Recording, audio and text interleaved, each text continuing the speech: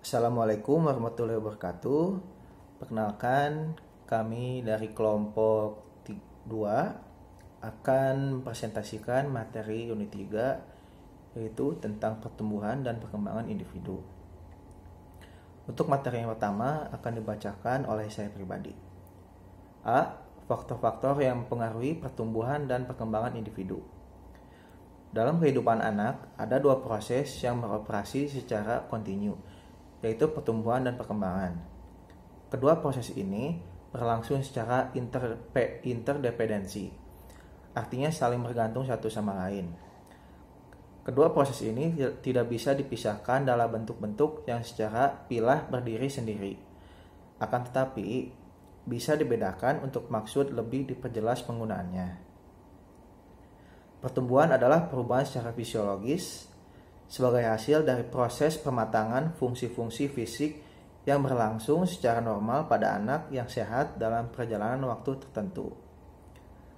Pertumbuhan berkaitan dengan perubahan kuantitatif yang menyangkut peningkatan ukuran dan struktur biologis. Hasil pertumbuhan berwujud bertambahnya ukuran-ukuran kuantitatif pada badan anak seperti besar, panjang, berat, dan kekuatannya, makin sempurnanya sistem saraf dan perubahan-perubahan struktur jasmani lainnya.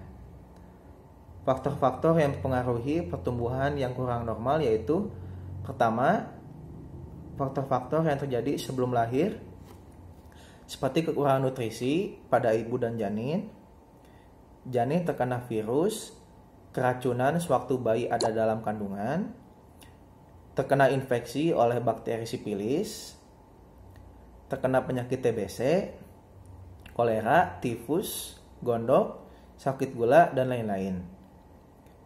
Kedua, faktor ketika lahir atau saat kelahiran, antara lain pendarahan pada kepala bayi pada saat dilahirkan dan efek susunan saraf pusat karena proses kelahiran bayi dilakukan dengan bantuan Tangfer Losing. Ketiga, faktor yang dialami bayi sudah lahir antara lain pengalaman traumatik pada kepala bagian dalam terluka karena kepala bayi, janin terpukul, dan gangguan berbagai jenis penyakit. Keempat, faktor psikologis antara lain karena bayi ditinggalkan ibu, ayah, atau kedua orang tuanya.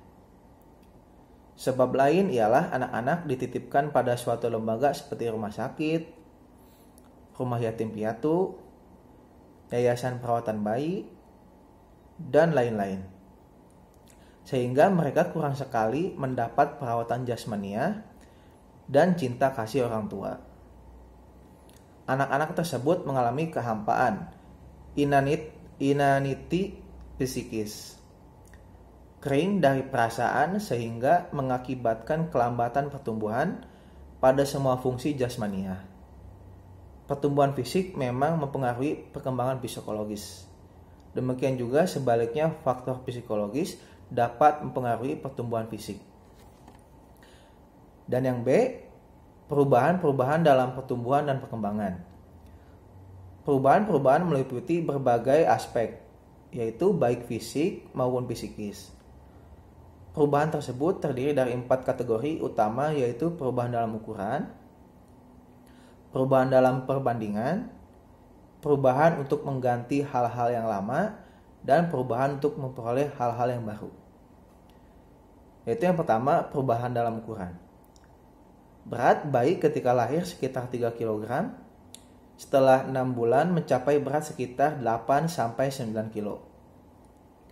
Panjang bayi ketika lahir sekitar 50 cm, setelah 1 tahun kemudian berubah menjadi sekitar 60 cm.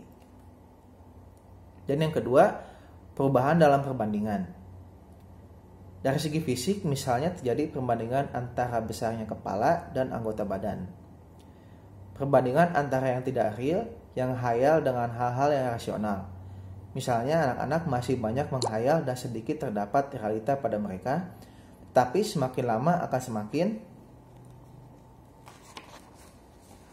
berubah ke sebaliknya, yakni banyak realita dan sedikit hayal. Dalam perkembangan sosial, terjadi perubahan dalam perbandingan, misalnya dari anak bermain sendiri, bermain dengan saudara, selanjutnya bermain dengan anak-anak tetangga, kemudian bermain dengan anak-anak pada lingkungan yang lebih luas. Dan yang ketiga, perubahan untuk mengganti hal-hal yang lama. Pada bayi terdapat kelenjar buntu yang disebut kelenjar timus pada daerah dada yang sedikit demi sedikit mengalami atrofi atau penyusutan dan menghilang setelah dewasa. Bahasa bayi yang kurang jelas lama-kelamaan semakin hilang dan diganti dengan perkataan yang lebih jelas. Dan yang keempat, perubahan untuk memperoleh hal-hal yang baru. Ketika bayi lahir belum punya gigi, namun dalam perkembangan terjadi perubahan yaitu bertumbuhnya gigi anak secara bertahap. Menjelang usia remaja, tumbuh bulu-bulu ketiak, bulu-bulu di sekitar alat kelamin, tumbuh kumis pada laki-laki yang sebelumnya tidak ada.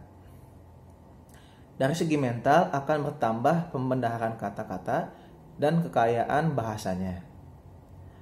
Berbagai pengetahuan dapat diperoleh terutama dari lingkungan pendidikan formal. Nilai dan norma moral akan terasa semakin mengikat. Sekian pembahasan dari saya. Wassalamualaikum warahmatullahi wabarakatuh. Selanjutnya C. Aspek-aspek pertumbuhan dan perkembangan. Yang pertama, pertumbuhan fisik. Dibagi menjadi dua, yaitu pertumbuhan sebelum lahir dan pertumbuhan setelah lahir. A. Pertumbuhan sebelum lahir. Masa sebelum lahir merupakan pertumbuhan dan perkembangan manusia yang sangat kompleks, karena merupakan awal terbentuknya organ-organ tubuh dan seterusnya, jaringan-jaringan saraf yang membentuk sistem yang lengkap. Selanjutnya B. Pertumbuhan setelah lahir. Pertumbuhan ini berlangsung dari bayi, dewasa, hingga tua. Dua periode ditandai dengan pertumbuhan yang cepat dan dua periode lainnya dicirikan oleh pertumbuhan yang lambat. Dua periode cepat itu yaitu periode pralahir, 6 bulan setelah lahir, dan ledakan pertumbuhan pubertas, sekitar 15 atau 15 tahun.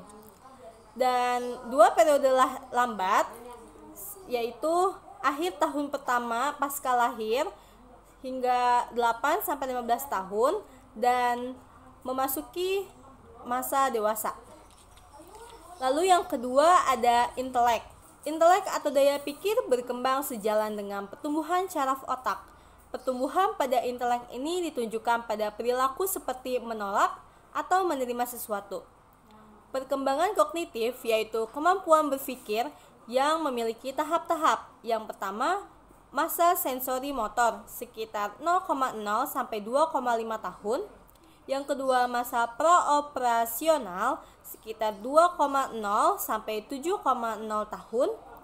Yang ketiga ada masa konkreto sekitar 7 hingga 11 tahun. Yang terakhir ada masa operasional sekitar 11 hingga dewasa.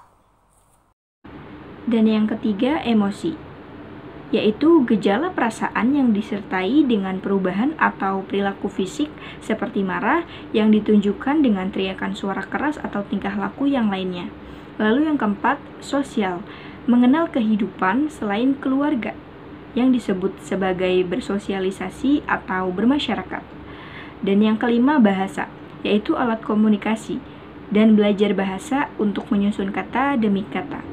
Lalu yang keenam ada bakat, merupakan kemampuan tertentu atau khusus yang dimiliki oleh seorang individu yang berkembang dengan baik. Lalu yang ketujuh ada sikap, nilai, dan moral. Sikap seseorang mampu menentukan sikap yang positif maupun menjunjung tinggi nilai-nilai dan moral dalam masyarakat. D. Hukum-hukum pertumbuhan dan perkembangan.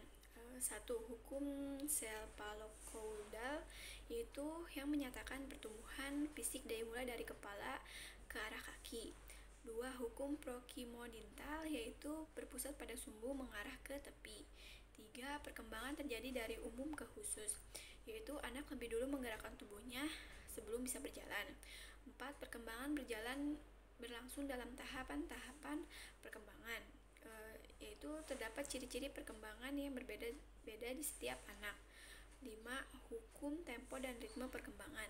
Anak terlihat jelas saat kematangan fungsi-fungsi seperti cepat lambatnya perkembangan anak. Habis itu karakteristik pertumbuhan dan perkembangan remaja. Di Indonesia, istilah pubertas maupun adolesensia dipakai dalam arti umum dengan istilah yang sama, yaitu remaja. Remaja sulit didefinisikan secara mutlak. Cara memahami remaja dan berbagai sudut pandang antara lain menurut hukum, menurut perkembangan fisik, menurut WHO, menurut psikologi, dan pengertian remaja menurut pandangan masyarakat. Selanjutnya ada tugas-tugas perkembangan. Perkembangan dinyatakan sebagai tugas yang harus dipelajari, dijalani, dan dikuasai oleh setiap individu. Hal ini merupakan tugas yang cukup berat bagi para remaja untuk lebih menuntaskan tugas-tugas perkembangannya. Menurut Havigers Garrison 1956 14-15 mengemukakan 10 jenis tugas perkembangan remaja. Yang pertama, mencapai hubungan dengan teman lawan jenisnya secara lebih memuaskan dan matang. Yang kedua, mencapai perasaan seks dewasa yang diterima secara sosial. Yang ketiga, menerima keadaan badannya dan menggunakan secara efektif. Yang keempat, mencapai kebebasan emosional dari orang dewasa. Yang kelima, mencapai kebebasan ekonomi. Yang keenam, memilih dan menyiapkan suatu pekerjaan. Yang ketujuh, menyiapkan perkawinan dan kehidupan berkeluarga. Yang kedelapan, mengembangkan keterampilan dan konsep intelektual yang perlu bagi warga yang kompeten. Yang kesembilan, menginginkan dan mencapai tingkah laku yang bertanggung jawab secara sosial. Dan yang terakhir, menggapai suatu perangkat nilai yang digunakan sebagai pedoman tingkah laku. Terima kasih.